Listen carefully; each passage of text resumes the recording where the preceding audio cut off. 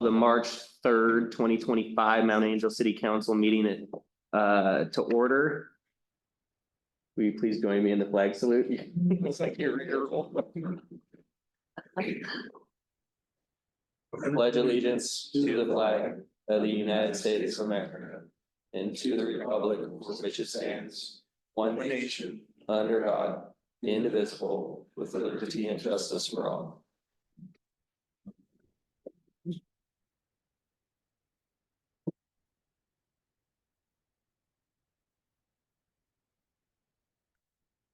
Roll call, please. Councilor Diener is absent this evening. Councilor Astoria. Here. Councilor Donahue. Here. Councilor Ott. Here. Councilor Hofer. Here. Councilor Bullock. Here. Our youth councilor Morales Sandoval is absent. And Mayor Powell. Here. I'd like to amend the agenda to move up item number 7 prior to executive session for the parents of interested citizens. With that, prior to calling on anyone, I'd like to remind everyone the council will now receive public comment. We value the time and initiative members of the public take to share their thoughts with the council. The role during the public comment is not to immediately respond, but to listen. If there are follow-up necessary, we will direct city staff to do so. We ask everyone share their thoughts respectfully. Those who have completed the sign-in sheet will be called one at a time, and please state name and city of residence. Note that speakers have 3 minutes to express their thoughts. Who do we have signed up? Signed up on number 1, Mr. Barnett. Are you ready? What do you want me? Oh, this is right up here. Somewhere we can see and hear you. Yeah, hello, thank you, for letting me be here. I'm new in town, just got married 8 months ago. And so I'm a longtime Silverton resident, grew up there, now I'm living in Mount Angel. I have no desire to live in Silverton again. Just want you to know. I have noticed, since I live out in Grandview Estates, that Alder Street is in Alder. Pretty sad shape. And I've been driving around a lot in town, and it seems like that first 100 yards of Alder off of College is probably the worst street in town. Are there any plans to do anything with that? At some point in the future, we will. Or At some point, we will. at some point? Take a drive around town. Sorry, I violated your rule. But take a drive around town and you'll see that there are other streets that are ahead of that. And Oh, are there? and yeah, Actually, worse than that. we are, it's in the plan. Okay. I can't tell you exactly where. Just, is there a reason for the speed limit sign to be there? Or the radar? Yes, because of speeding complaints. There are speeding, actually speeding, okay. Thank you. Thank you. Sorry. I know, The first meeting, I try to follow the rules. No. but it'll be reflected in my evaluations. It's gonna be one of those nights.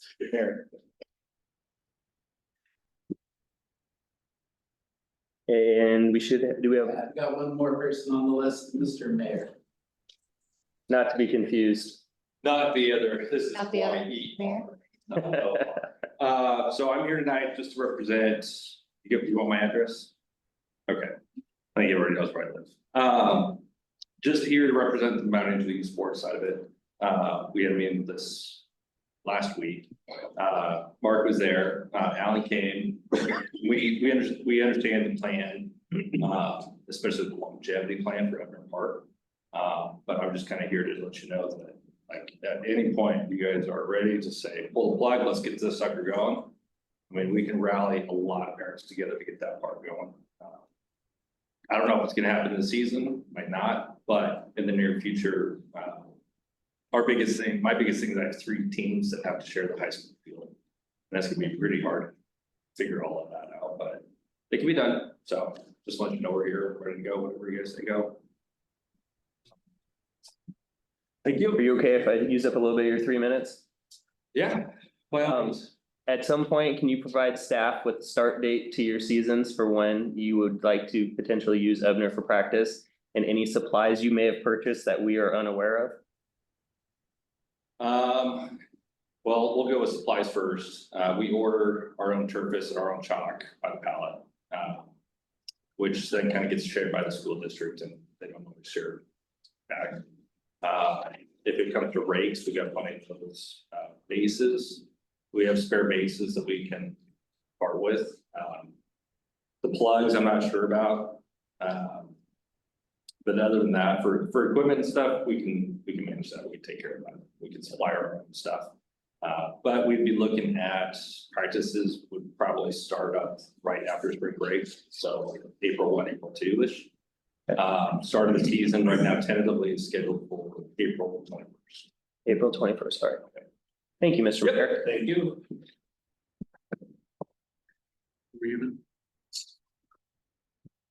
Don't have anybody else on the list. Fantastic. I see Tara's on, so let's go ahead and move to we're gonna move item number 5 up real quick as well.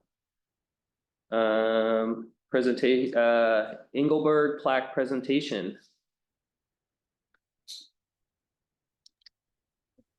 Hi, I believe Colby has the plaques and he's gonna physically hand them out for me while I read this little bit.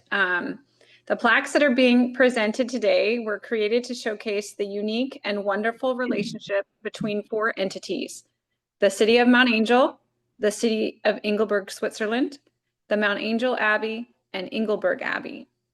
This relationship crosses thousands of miles of land and sea and potentially language and cultural barriers to acknowledge our common history and our mutual desire to grow our connections. This commemorates the visit that took place in Engelberg, Switzerland in August 2024.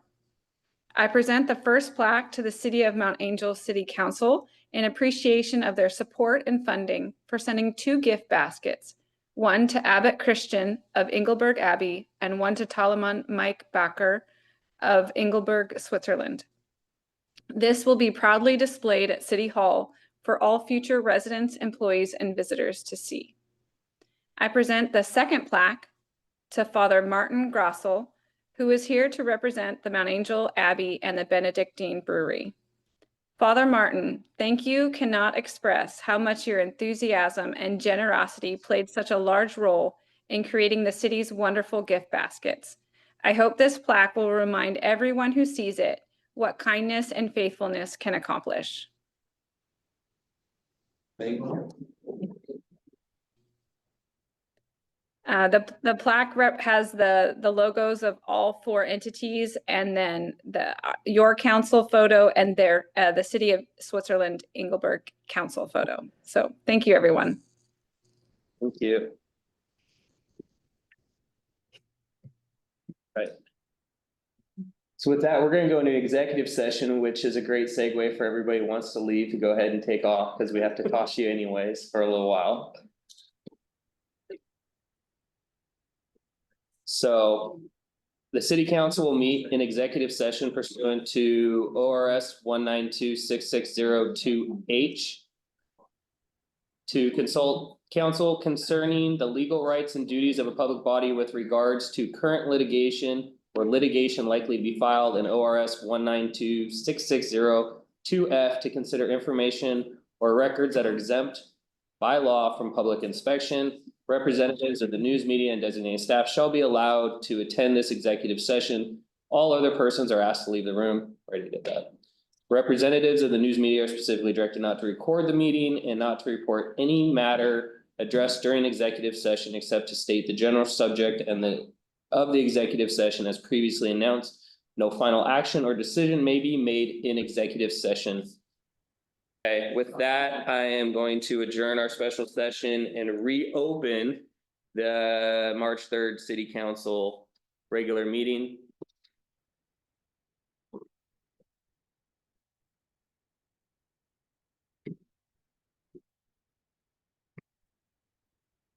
Give us a minute to get our visitors back in.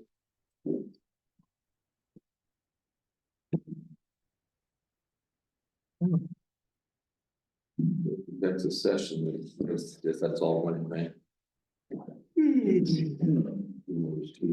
There was going to be. No, there's not. We'll talk about it here in a second. Is our guest gonna be back in before her item that? She's, PG is on her way right now. Perfect. All right, with that, let's move to item 6, correspondence. Mr. Daniel, and you have some information regarding the letter that we received from the senior center included on packet page 1. Sure, so we received this letter, subsequent to my sending, the senior center a request, to begin to negotiate a lease. They asked, for some clarification on the points of the lease, that's what's in the letter here. I did reach out to our attorneys, and I did get them, information back. Mayor Powell and I met with them last week, and we provided that information to them. And what we are waiting for currently is information back from them on suggested items of who's going to take care of what in what order, within the structure, on the structure, outside the structure, in the structure. So that's about the only thing that we're down to negotiating on. We have a commercial lease which was provided by our law firm that I have presented to them. Pretty standard language, and once I get that negotiated, I will bring it back to you. Any questions? So. With your meeting, was there any agreement? Do we have an agreement with them, or do you still need to negotiate on the items that maybe you're far apart on? There is not a, I would say there is not a draft of the lease ready for consideration. Because there is still language that is too far apart right now. We left it with a general understanding of where the sticking points were. And we requested that senior center provide us a draft of their proposed language on those points. For review of and rebuttal from our attorney. So that we can get it right.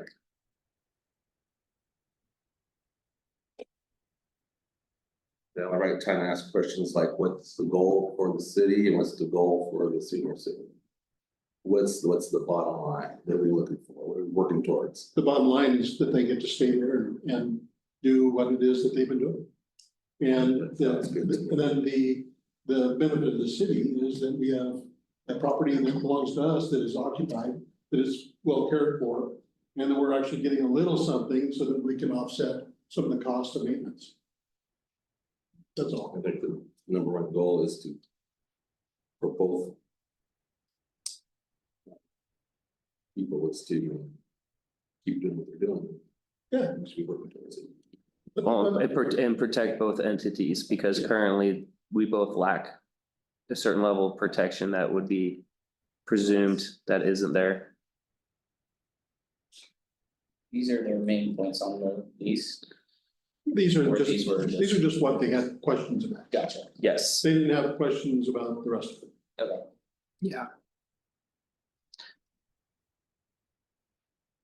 and And if you have a question, I'll be happy to answer it right now. Or clarify any of the numbers. To kind of fill you in, but. Number 11 was an education for me. That was a very interesting point. That I won't spend a whole lot of time on, but, we own property and we don't pay taxes on it. But if we lease it to somebody else, as long as they're a nonprofit, and then they have to prove that, they have to fill out some forms, and that has to go in to the county.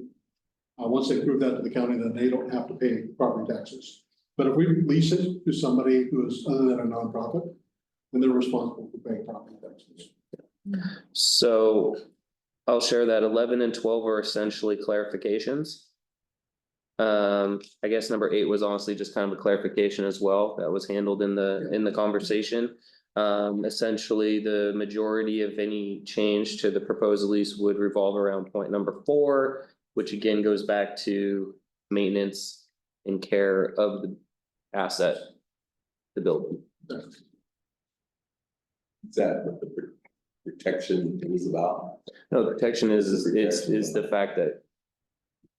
There's other protections that need to go into place, like having a lease, Insurance. We have no lease insurance, and insurance, that's. They're subletting it to. yes. I was- And they have what is in operation, basically a commercial kitchen in operation. And they're using our property for a commercial kitchen operation to a third party. Which we don't have anything on file about. We don't have a copy of the lease. I could care less what much they're paying. But I don't have a copy of the lease. I don't have a copy of the insurance. I don't have any of that information. So if there was a problem in the kitchen, somebody got burned, something burned down.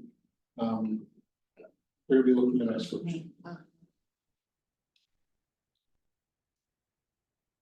That third party should have some kind of insurance. Should they? Of course, They should. I'd love to see it, but we haven't seen it. so. I'm trying not to scare them away, but call them and say, hey, would you send all this stuff? And that's what I told them at the meeting. Well, yeah, no, it's like, I dealt with this stuff, you call your insurance, to send me proof, so I can show the proof. Based on the meeting, we're not as far apart as the letter makes it seem. We really aren't, and ultimately, from my perspective. As somewhat of I'll say an innocent third party in the meeting. If I can, essentially where we're at is they recognize that they do need something and we recognize that we need them to have something. And, nobody's trying to evict them or change their line of business. We are just trying to bring everything into alignment with industry standards, I'll say. If you're a landlord, you generally have a lease. It's usually how it works. Any other questions on this discussion item? Good, all right. Moving on. Review of accounts payable.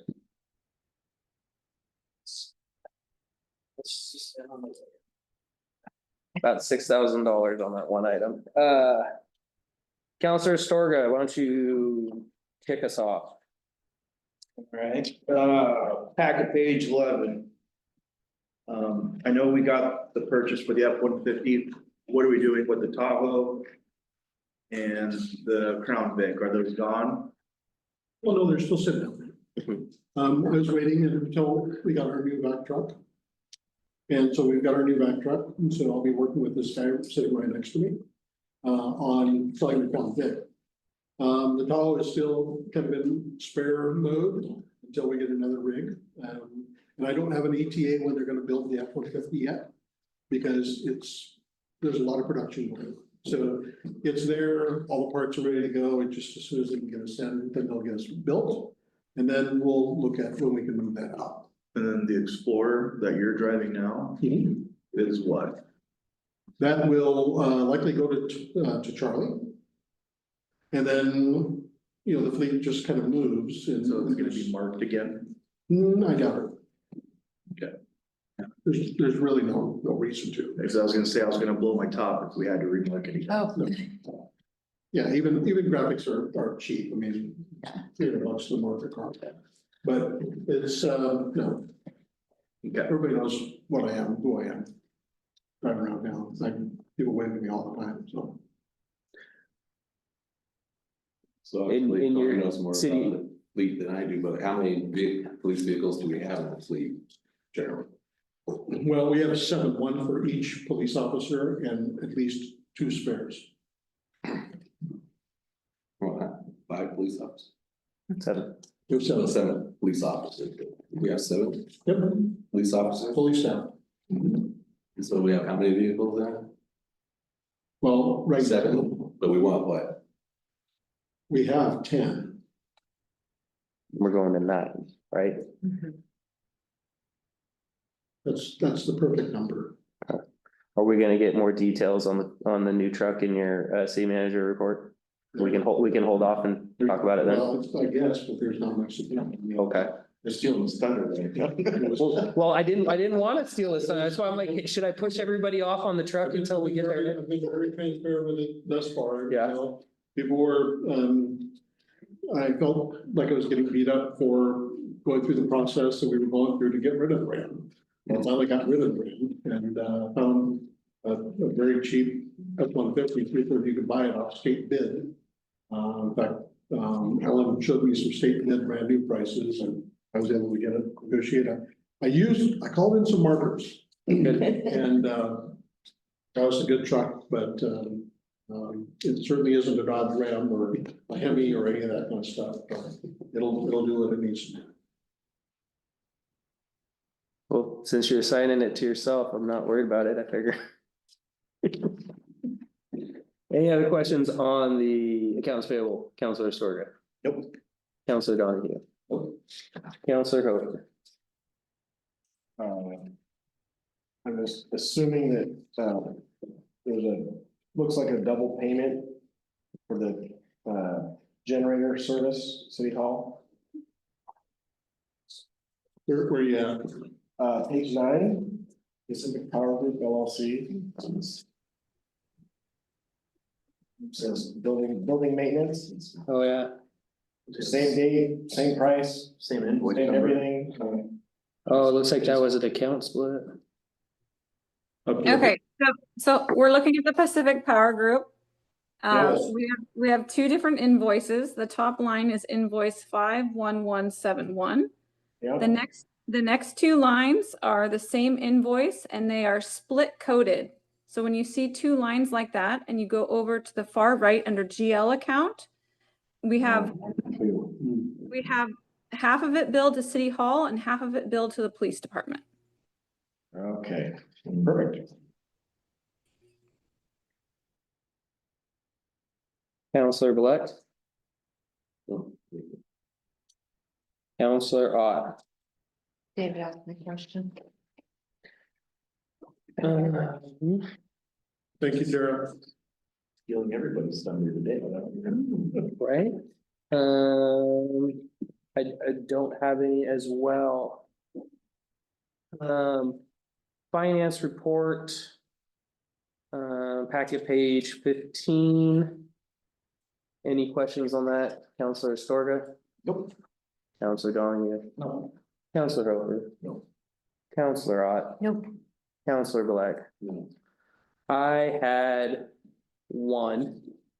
And that was double checking why admin is at 68% of the expenditures. Actually, I have two questions. One is there a reason admin's at 68% of expenditures halfway through the year? Is there like a certain thing we paid for early or something like that? Correct. It's been ahead of the percentage since the first quarter. Is it because we're under budgeted or because of the way the bills hit? It's the way so the property liability and auto bill comes in at July and it puts us at like 70% the first quarter and we slowly get into alignment as quarters pass. Does that make sense? Yes, and then I noticed Oktoberfest is 109%, but that is going to be completely reimbursed, correct? Or it has. Perfect. I'm good. Approval, are there any corrections or comments or concerns with we have two packets of meeting minutes, one of which is the regular city council meeting and the other one is the council work session group. I'll go around the table, either of them collectively. The start date of the. Am I wrong with this? Of the. It's long. Could we, The work session. At 7 PM start date, oh, 6 PM, or is. Just technical. oh, yeah, nine B and 9A have the same header. But, No, it's great. Well, Yes. Uh-huh, Right, yes. All right, 2 points for Counselor Black. Counselor Ott, No. Counselor Hogan. Counselor Montague? Well, we're ready to as well. Counselor Storga? Nope. All right. With that, I'll entertain a motion to approve the consent agenda as amended by Counselor Black. I'll move to approve the consent agenda as amended by Councilor Black. Second, Motion by Counselor Hofer, seconded by Counselor Ott. Roll call, please. Counselor Black, Aye. Counselor Eager is absent, Counselor Hofer, Aye. Counselor Astorga, Aye. Counselor Donahue, aye. Counselor Ott, aye. Mayor Powell. Aye. All right, item 10, sewer customer classes, ordinance 781. This is the second reading of ordinance number 781. And this item is Tara's. Tara, do you have anything to add to this? Absolutely. So this is the time where we need to amend this if the council would like our code to take into effect wet weather. You should also identify the months that we're going to use to calculate the wet weather usage. And then in addition to that, our attorney made a change to and added a whereas statement, which that needs to be read into the record before you conduct the second reading. Okay, well, that answers my first question is it seems odd to make so many changes on a second reading and still push it through.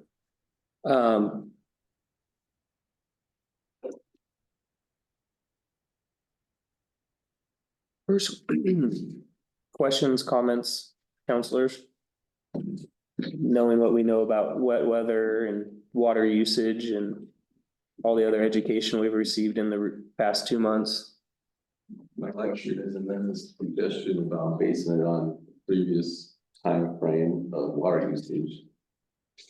Is that in here? I mean, is that specifically listed what It is not we're gonna have? in this ordinance, but it can be in a future version of that ordinance.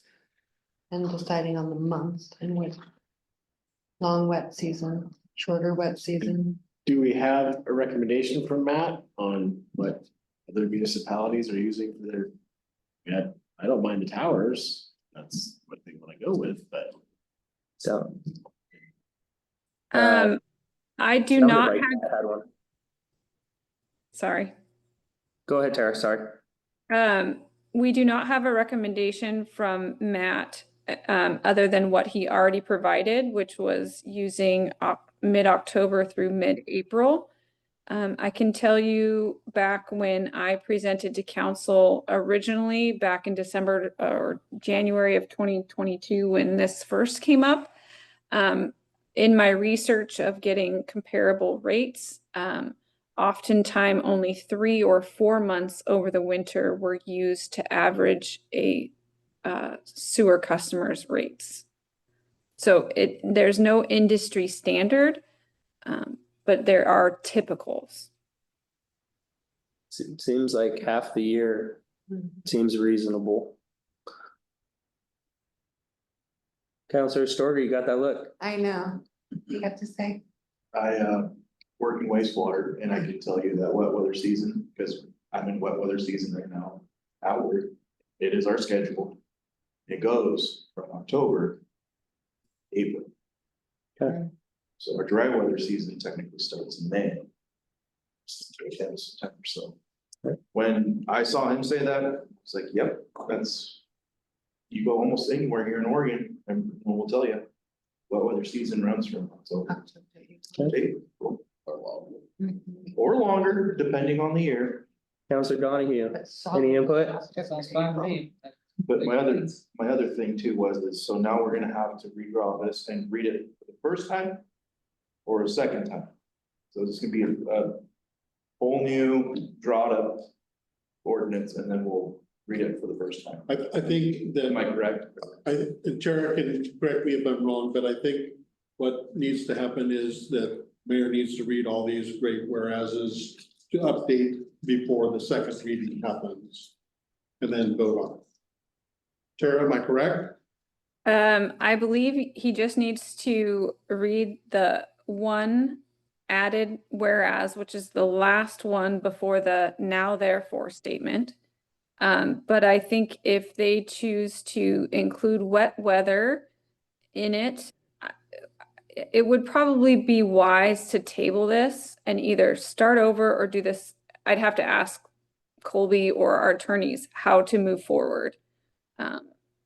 But I think we could amend it tonight and do a second reading and move forward. I just don't know the language that we should read into the ordinance. As a person who has to read it, I would prefer, and this is the council's decision, I would prefer to have a draft that represents our general consensus for our review and our comment at the next meeting, so that it can be read correctly and it can be read twice correctly to ensure that we are meeting all of the rules. That's my preference as the person who reads it, council's decision. I think it's prudent that we show that we are doing our due diligence as well. And that we amend it to where it's readable and coherent. Accurate. Putting it off a month. You don't want me making it up on the fly. I'll entertain any motions anybody would like to make. I move to table the discussion until the next meeting with the correct verbiage. Second. I have a motion to table this item until next month when we can review an updated draft representing the general consensus of the council and have its first reading potentially then from Councilor Storga, seconded by Councilor Ott. And we have a roll call, please. Counselor Ott, Aye. Counselor Blood. Aye. Counselor Eater is absent. Counselor Hooper. Aye. Counselor Astoria. Aye. Counselor Donahue. Aye. Mayor Powell. Aye. Can I just reiterate, make sure that I understand that you want it brought back with wet weather or not wet weather? Yes. Wet weather per the city engineer's recommendations. Okay, thank you. Did I understand that correctly from the councilors?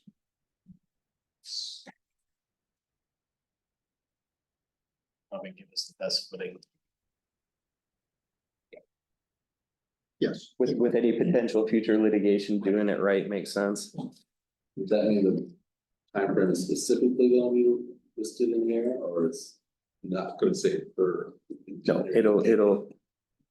Make sure we got that clear. Yeah, I believe it will be buttoned up and subject to legal review prior to us reading it. New business. Transfer of appropriations resolution 1602. This one is Tara's. Go ahead and you want to share that with us, please?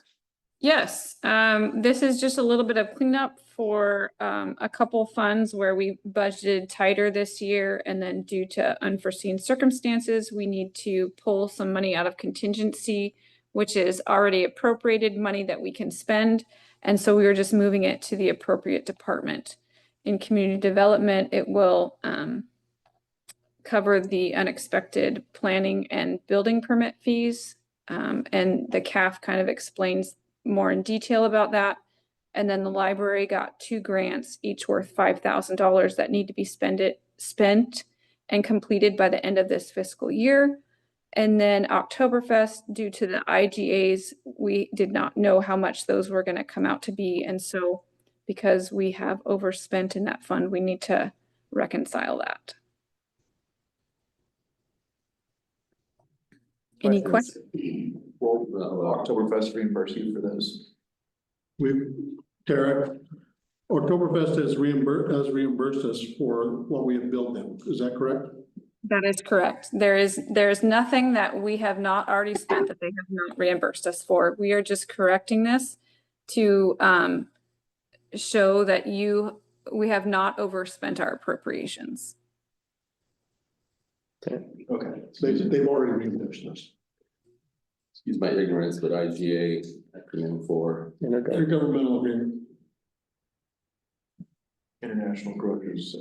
No.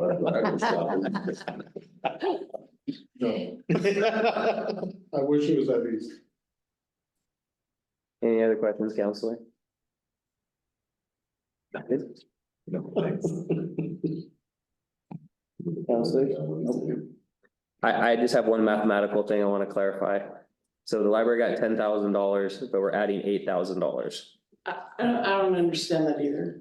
Let's find that out real quick. I mean, the library, I'm taking, I mean, I brought $10,000 and I'm taking $2,000, so I don't know why it's $8,000.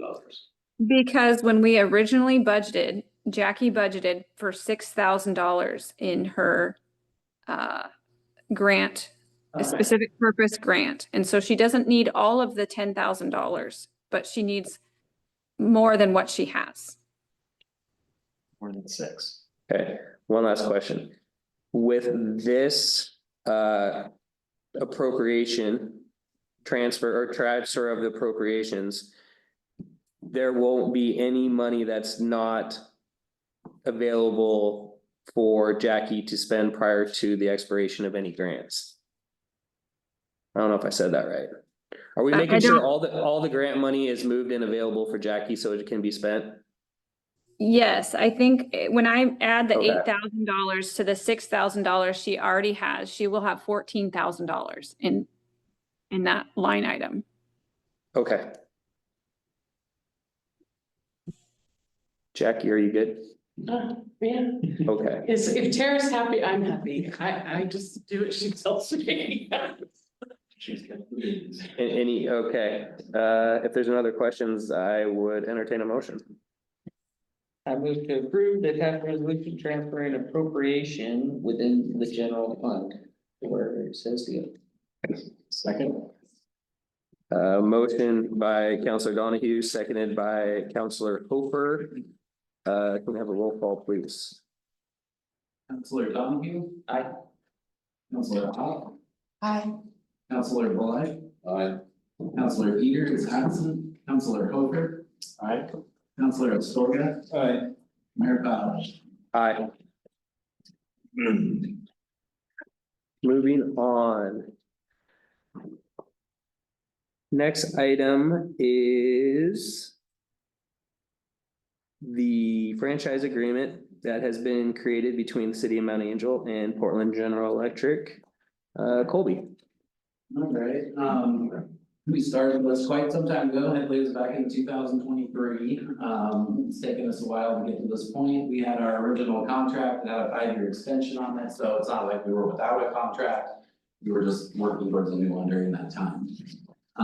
We went back and forth for quite a while, but I think we've come to a good agreement, and PG&E, we're here today as well. I need to say something, or council like to hear from her, she's over here.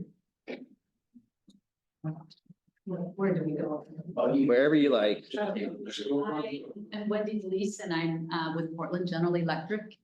And so, yes, it took us a little while, but I think everybody gets busy and there's always changes and transitions. So we're really happy that we got to work with Mark and Colby and your attorney.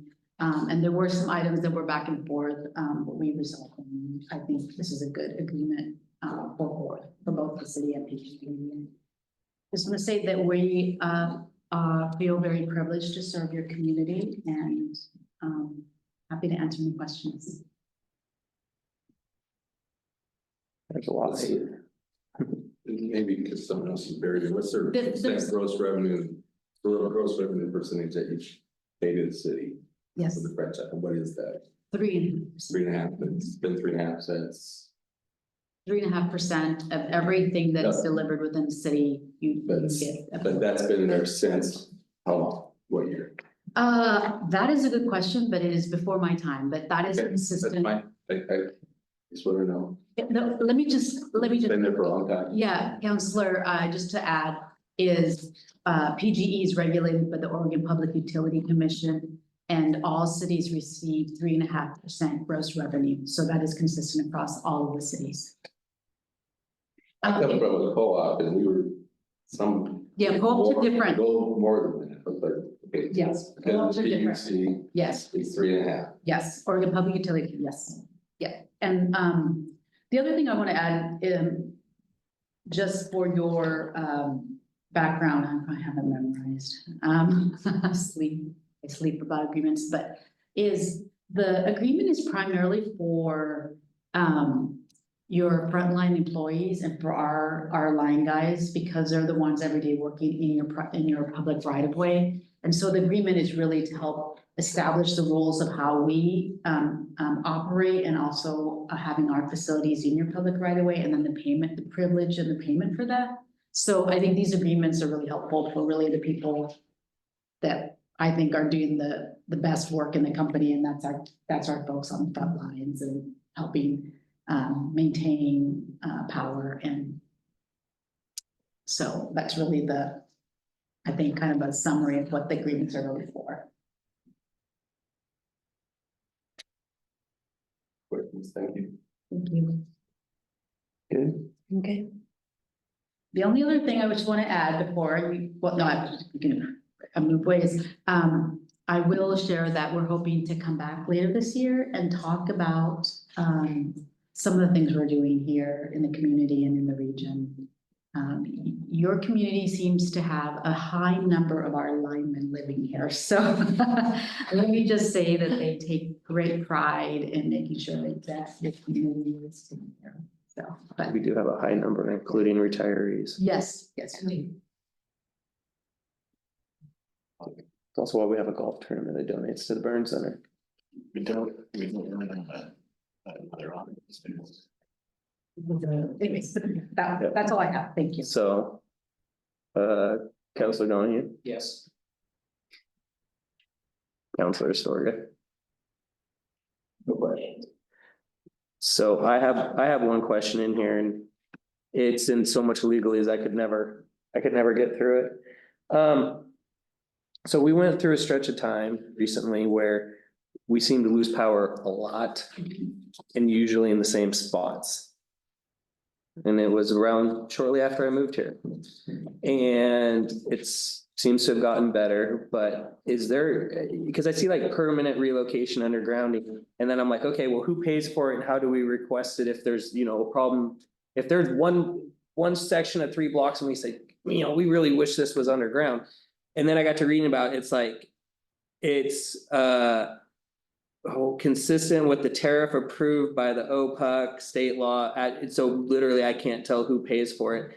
But is there anything in here or is there anything in statute somewhere else that gives us the opportunity to say, we've identified problem areas and we keep losing service? Is that something that we bring forward, or is that something that somebody on the PG side looks at the call tickets and goes, we're tired of sending linemen out to the same 3 blocks of Main Street in Mount Angel? And how do we get your arborist partners involved if there's because we used to lose power, and then even in the most recent one, we didn't lose power, but everybody noticed there must have been something bumping, because every now and then you'd get a flicker. And so it's like, how do we identify those and work with PGEs or anything in here to help ensure we have the opportunity to work collaboratively to keep the lights on and keep linemen home, right? Beneficial for both of us. So is there anything in here that allows us to identify that and bring that to PG's attention? Well, there is a new provision that was added, and that's vegetation management.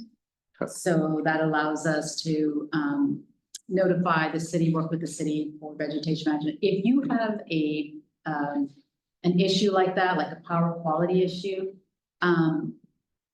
Mark or Colby can contact me and we'll get somebody out here. Okay. We just need an address or poll number or something, right? Because our guys are gonna need to figure out where it is.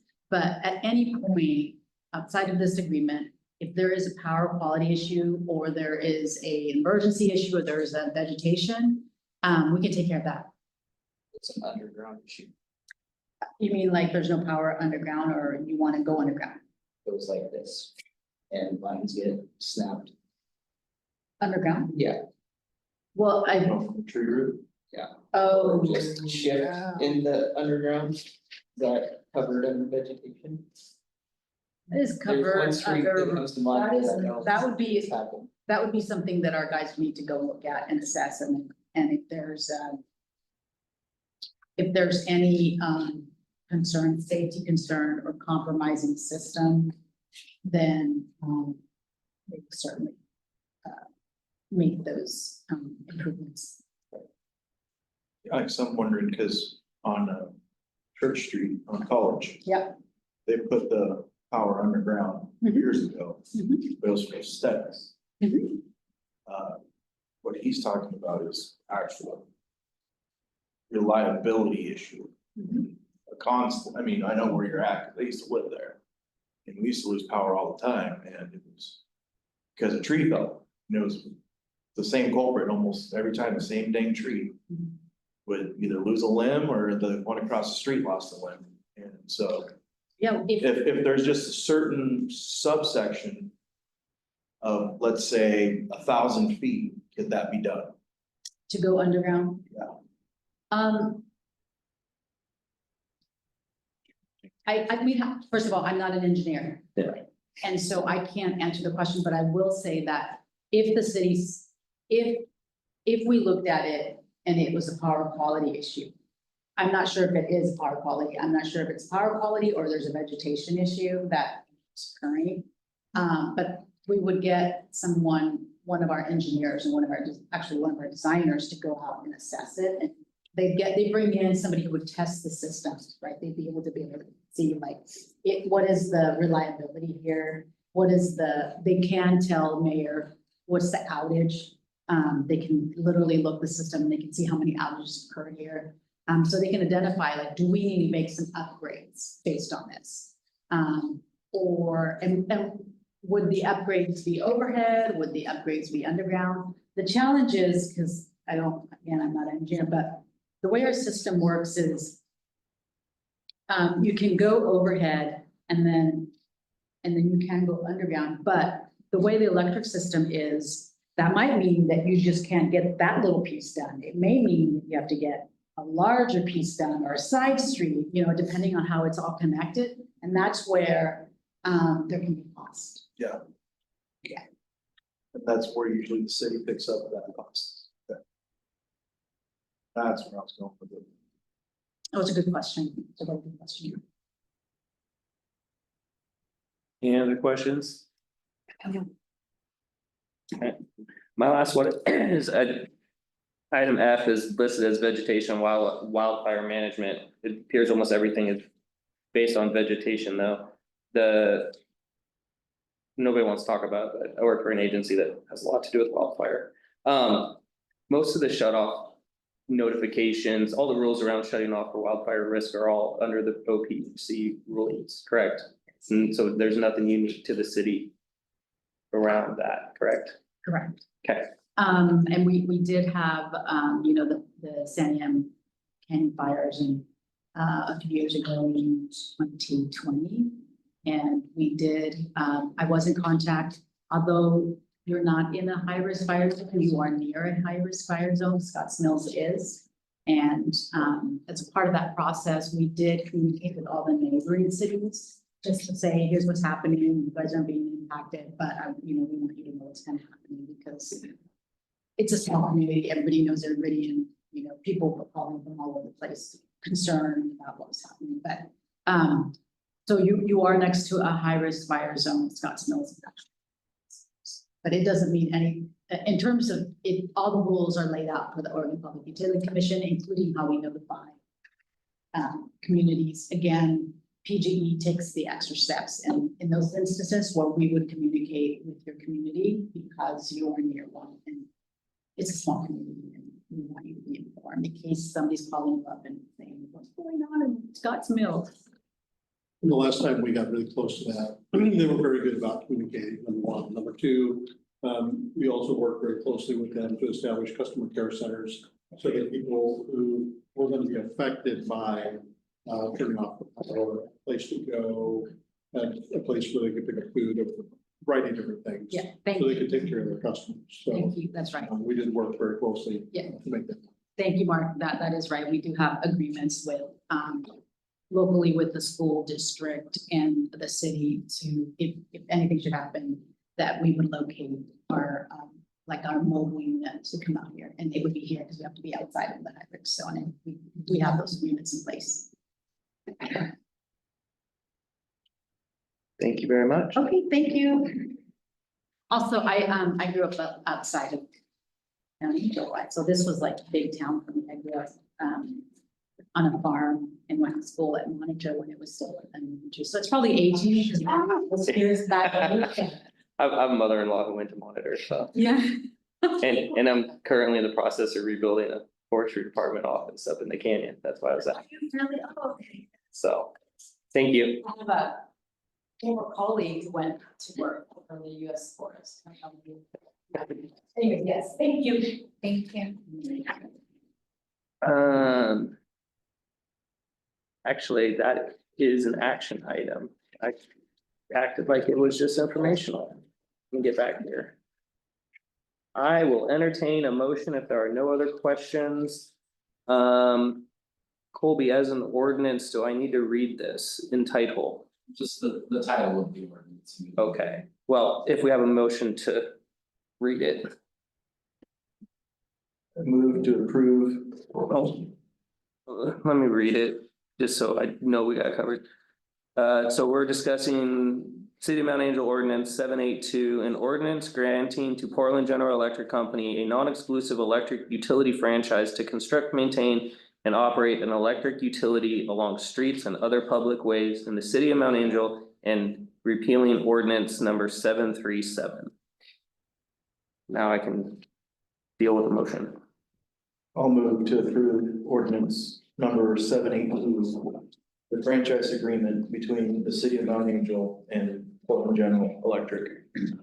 Second. The motion from Counselor Storga, seconded by Counselor Ott. Roll call, please. Lost no question. There we go. All right, Counselor Astorga, Aye. Counselor Donahue, Aye. Counselor Ott, Aye. Counselor Bullock, Aye. Counselor Eater is absent. Counselor Hooper, Aye. Mayor Cottle. Aye.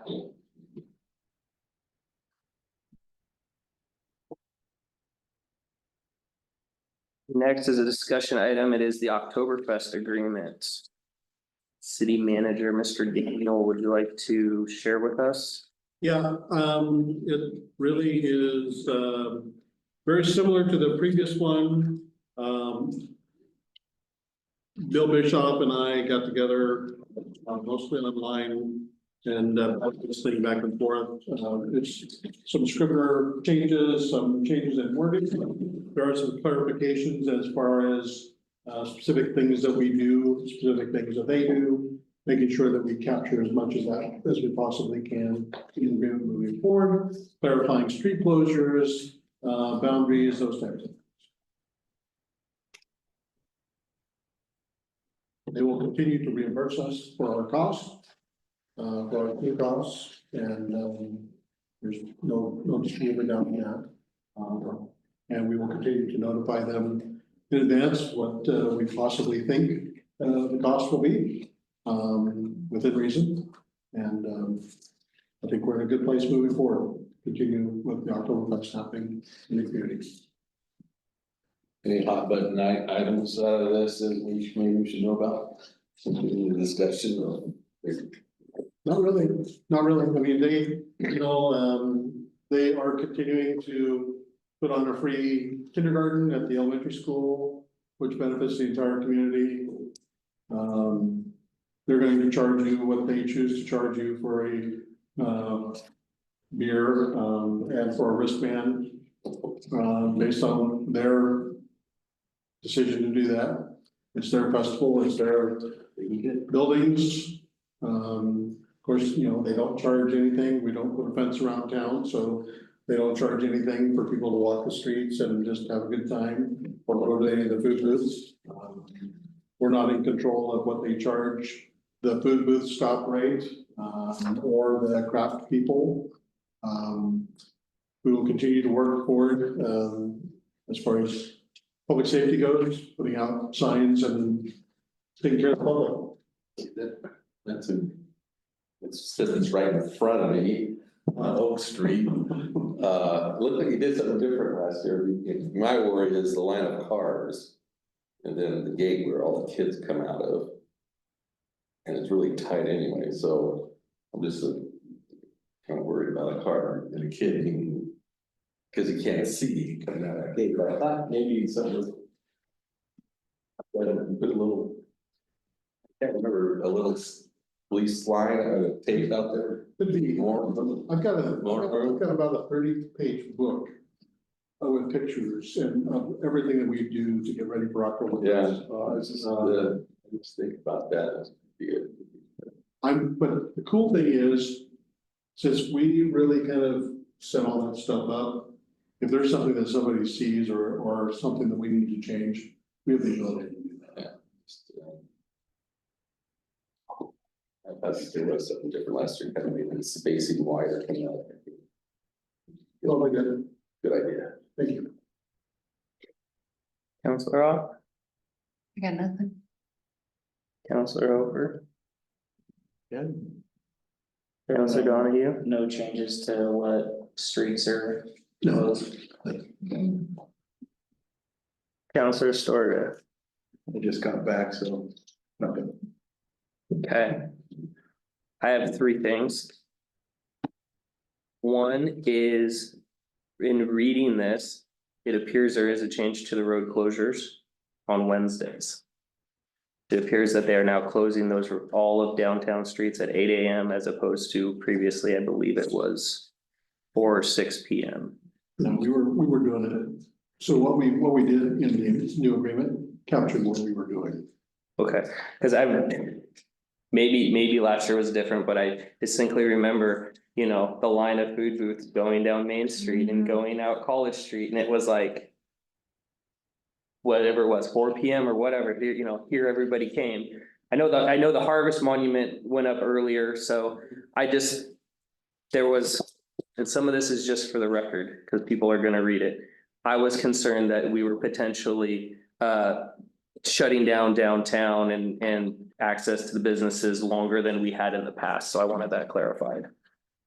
People still have access, but the idea is to eliminate as much public traffic as possible while they're running the forklifts and everything else back and forth, particularly in that morning to, getting ready to bring all the booths in. Sorry. There's a lot of high school kids, a lot of pieces moving, a lot of garbage cans, heading out of the Alpine Garden. Stuff flooding our streets, so rather than mix, commercial and public traffic in with Oktoberfest, it was just easier to. Oh, yeah. Someone who's driven the flatbed with all the high schoolers on it. The moving of the booths are still same hours as before, or? I think so. Are they opening it up sooner? No, I think it's, they need all that time to be able to set up. Okay. Yeah. Is this gone before our legal? Yes. Okay. And the last thing for the record is, since our city manager took the abuse from the recommendation, and so there's everything on the record. I had suggested potentially changing the contribution to the city in this agreement, for which remains unchanged, I've noticed. In lieu of contributions, perhaps coming to an agreement on what citizens of Mount Angel paid to get into the festival. So everybody's clear. Mark took the abuse. It was my idea, and I will stand behind the consideration. We haven't reshared. So with that was a discussion item. Is there anything you need from us? I don't, and the reason I went ahead and signed it is because that's the way we did it at the last time. And in my job description, the chief of police, that's clearly listed for me to negotiate the contract with. All right, next up, we have a budget committee appointment. for Darren Byer. This was our, That was the handout I put in front of, y'all on the table, turn that in about 3 p.m. here's, Ray twists his arm before he watches. Yeah, he had it in a sling, actually.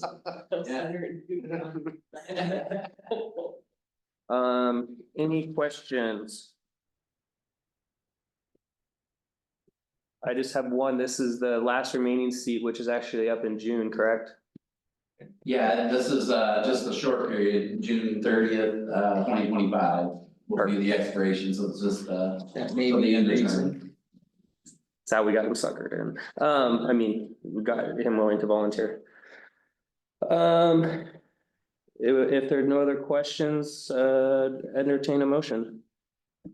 I move to appoint Darren Byer to the budget committee for the remainder of the 3-year term ending June 30th, 2025. I'll second. Motion by Counselor Bellack, seconded by Counselor Storga.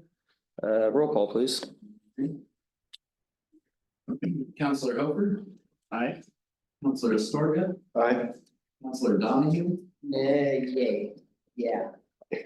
Yes. Counselor Ott. Counselor Ott. I. Counselor Bellack. Aye. Counselor Eater is absent. Mayor Bauer. Aye. Every inch of my fibers are the same. Let's see. Next up, city manager's report. Okay, while a little bit of a handout is being passed out, I'll just let council know that I did email you all earlier today. I got an email from the county. The commissioners are going to be doing a state of the county, open to the public Wednesday, April 9th. From 11:30 to 12, doors open and the buffet happens. 12 o'clock to 1:30 is the program. This is happening at the Salem Convention Center, 200 Commercial Street Southeast. And the buffet lunch is included at $20. So if you choose to attend that. This Wednesday. Wednesday?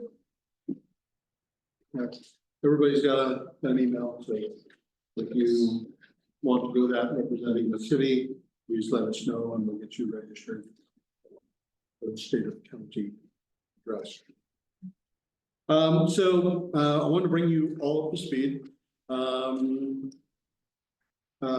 In regards to the strategic planning process, I took a little bit of time to create a handout to explain where we are and what I hope to get from you at the council. And what I did was I pared down a PowerPoint presentation, which was up around 33, 34 slides. We'll do 6 pieces of paper here, 3 pieces of paper, double-sided. But we've been going through the strategic planning process, thanks to the League of Oregon Cities and the Corragio Group. We, along with 3 other cities, Lincoln City, Depot Bay, and North Bend, are in the process to develop our first strategic plan, as you're aware. There is and has been some homework for us to accomplish. We've been working with a consultant to put together, or we did work with a consultant, put together a survey that went citywide. We had 104 responses, which the consultant told us was good. And the survey evaluated basically the stakeholders' vision for the area in the future, Mount Angel's perceived assets, Mount Angel's perceived challenges, and areas that should be focused on. Immediately below that are the results of that survey. And you can see in that really cool word puzzle design there, there's some pretty significant things that people found were very important. Safety is the biggest thing. That we're a small town. We believe that that's a very important thing.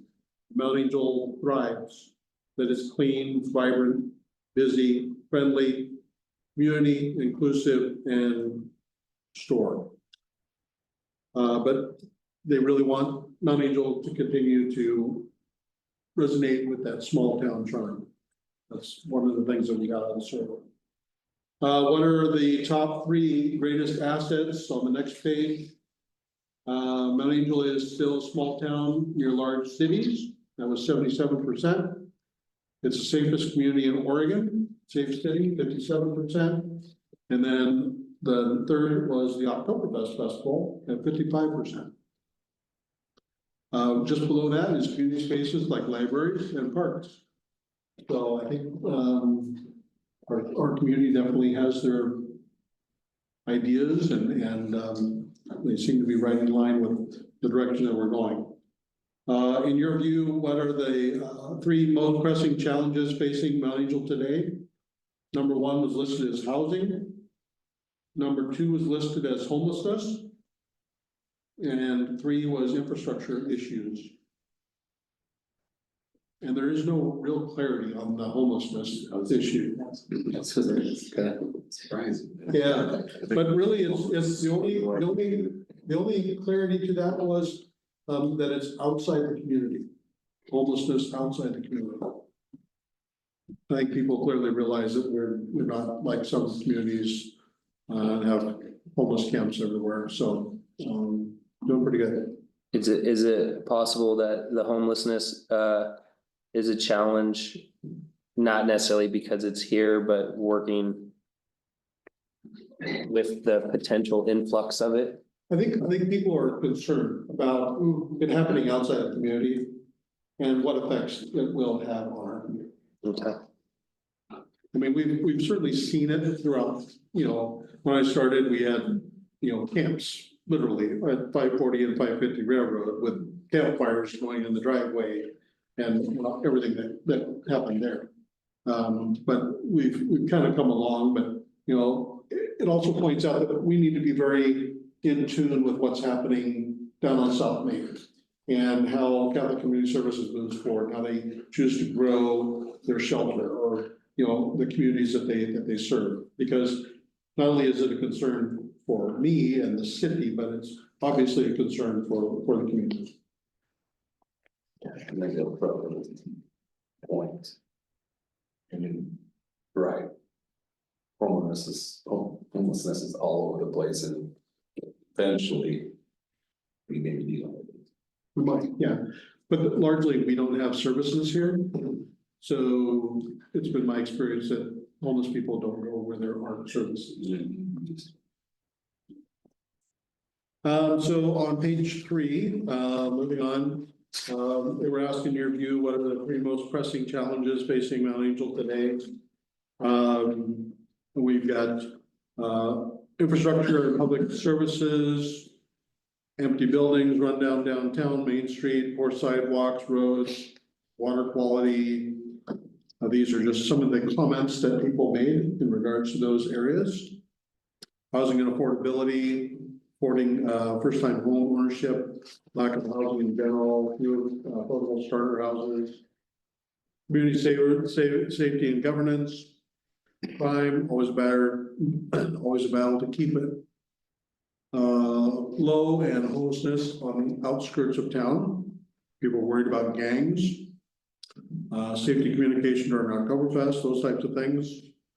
Community identity and amenities, education, lack of shopping opportunities. And there's much more to Mount Angel than Oktoberfest. And folks would like us to promote that. As you can see down below, people would like a grocery store and a few other amenities. I can't say that I disagree with that. Then down below, here are some things that a community can work on to make it better. Please sort them in order, most to least important for Mount Angel, starting with the most important at the top of the list. So infrastructure, roads, utilities, public facilities, economic stability, and public safety. Where you're talking. It's pretty clear cut right there. Page 4, where we go from here. So we'll be working on the city's vision and the city's mission.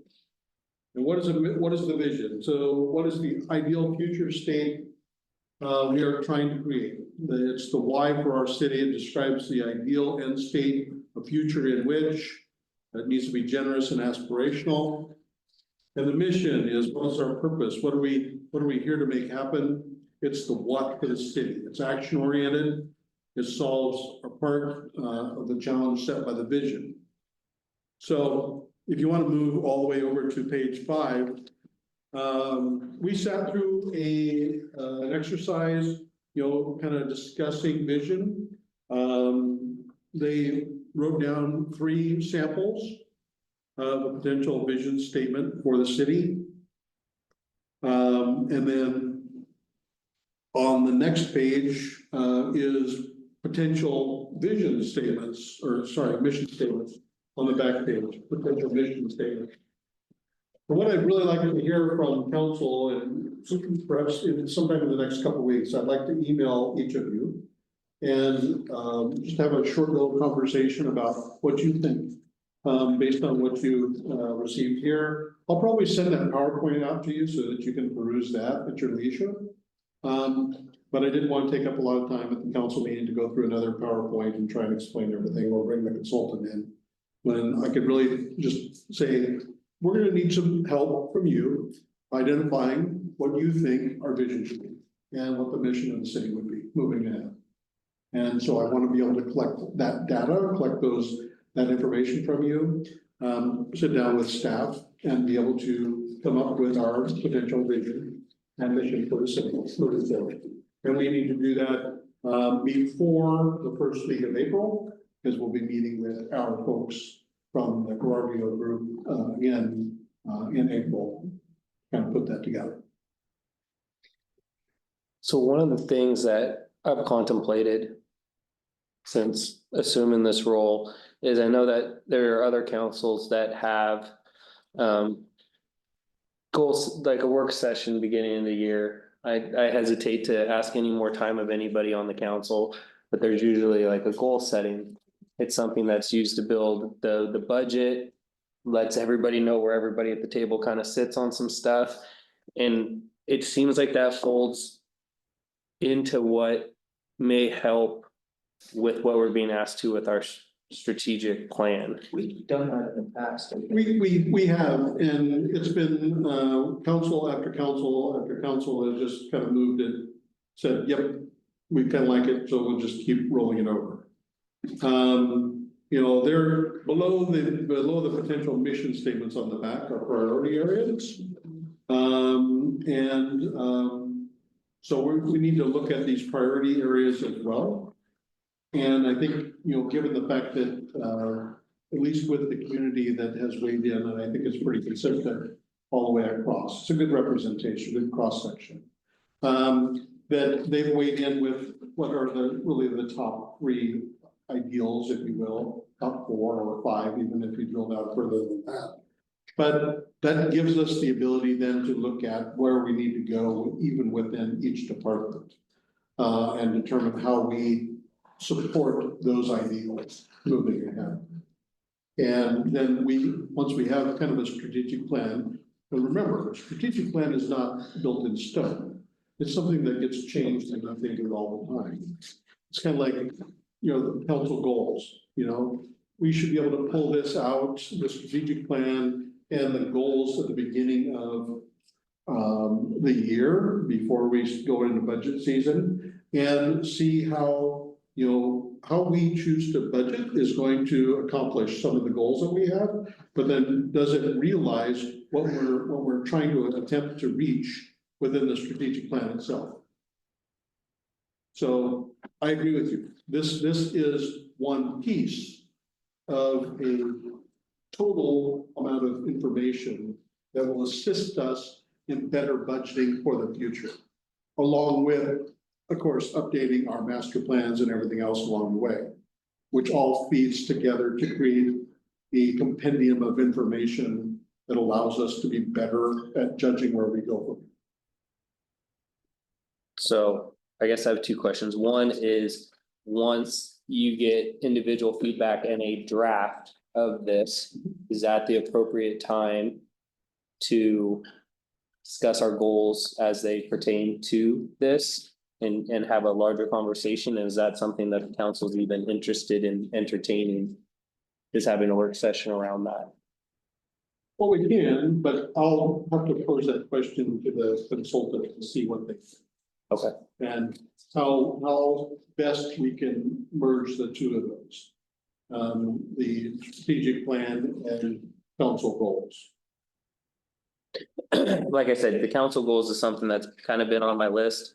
And I wasn't in a position to figure out exactly how to guide that conversation quite yet. And so maybe this rolls into that at a future date.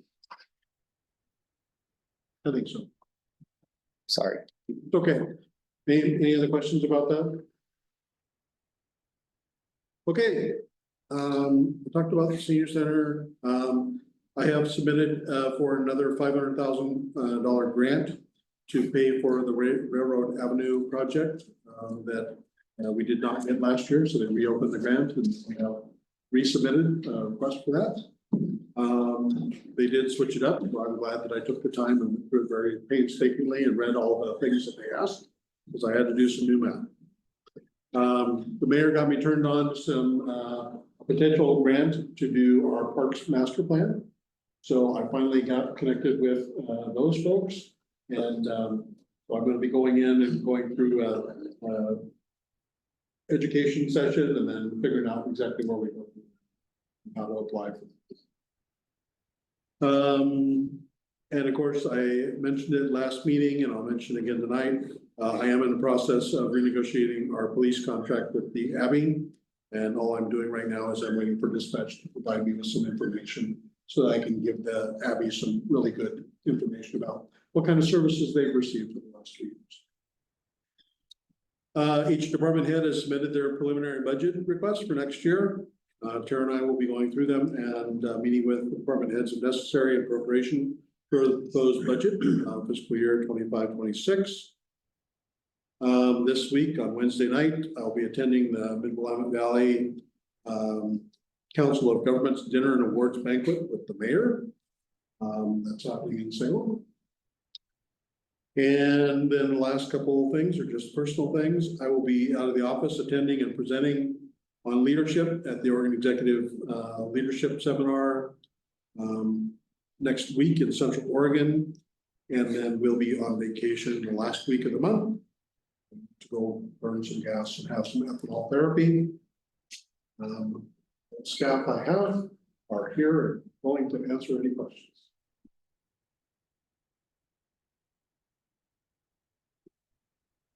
Thank you. Any other questions on the city manager's report? All right, we're gonna skip youth advisory since our youth advisor is not here. And counselor reports. Counselor Black. Counselor Ott. Since the gazebo is in the process of being rebuilt, is there a plan eventually to put a proper bathroom in again? Or are we just gonna live with the porta potties around town? I'm not aware of the plan to reintroduce a bathroom. And I would really love for my public works director to weigh in on that. Because No, I know, because people complain about it and I was like, but you know, it used to happen in said bathroom and the amount of money that we spent on old bathroom. But it comes up every now and then in and yeah, the community and I get that, but. and the police chief was told he could go over and sit and watch the bathrooms to make sure everybody be here. I know, it was really. Some fun things were found in there when they dug that up. We have an opportunity to build you. My other thought was the property that we bought for a new city hall. Is there a plan for the city hall to be redrafted up? I have preliminary drawings. I just need to find an architect and start moving ahead. Okay. That's all I got. Counselor Hofer. I'm excited that RecLink is finally gonna put some cable up towards my way, and it'll actually hit a few of us counselors, actually. It might just get all 5 of us. Stuck with waiting for now 2 years. Sitting in the hospital. So directly did meet with us and they're pretty excited about putting more fiber in town. And yes, they'll be doing a bunch of underground boring and all kinds of things. I know that Public Works was out late last week doing lots of locates and Trying to get stuff squared away, right, Jason? Yeah, we've been inundated with locates. We've had the two different crews and also PG's been just doing some different projects around, but yeah, they are starting right there at Taylor and Sheridan. And they'll be heading up towards Alder. So you guys will be hopefully up with the time shortly. Put in pies underneath.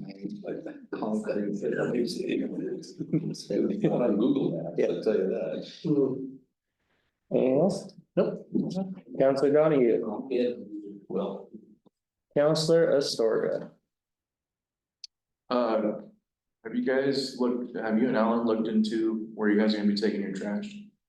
Having incinerators taken down? That's down and Maybe Coffee View? yeah, there's mentions of it. That's a really big conversation, and the county has been working with DEQ. And there was some sparks of possibility that they may be able to do some different things, so. The issue is not completely dead, but we'll see what happens. I know that when they turn off the switch there, it's hard to start back up. And what about you guys? Where are you guys taking your stuff? Well, that's a great question. There are possibilities out there. Oregon State Police is looking at some portable incinerators. So there may be different possibilities opening up around the state. Right now, for police evidence and drug disposal, we'll be either looking at Spokane or Boise, I think.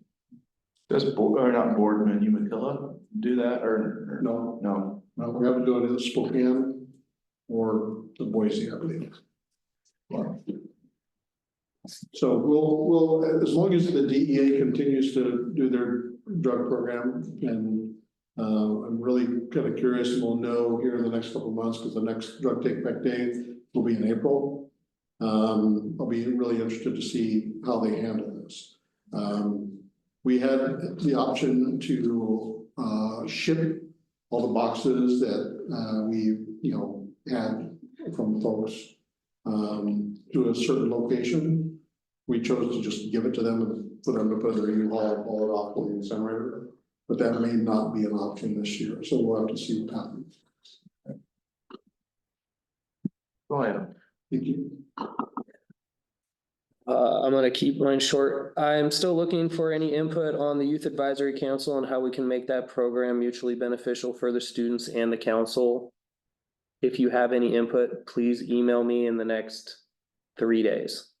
Cause I am going to schedule my meeting with Jessica and I would our principal at the high school. And I would sure appreciate any input so that I'm not crafting the program in and by myself. So please email me in the next couple days. Next thing is it is usually customary in the month of February, from what I am told and what I've seen, for a state of a city address to go out in the newsletter. I have chosen not to do one yet. I don't feel it's appropriate in the month of February to write a state of the city for a brand new mayor. I would like a few more months under my belt, and I would like opportunity to get a few more accomplishments to share with the community. So I'm hoping to do it probably in May. The last thing is I'm just going to bring it up. It seems odd to me, based on my professional background, that we have not been able to adopt contracts that are within the city manager's signing authority as templates that can be adjusted for items or small scopes of works under $50,000 without consistent legal review of every contract that's going out. And so that's something that I would sure appreciate further investigation into. Again, I'm not an expert on municipal. I do all my work for the state, and I know that there are certain templates that are allowed up to certain thresholds. And so I'd sure like to see that happen to help expedite projects such as Defense at Ebner and other similar projects that are going under legal review despite being under your signature authority. So I would appreciate that if possible. And with that, anything else for the good of the order? Adjourn.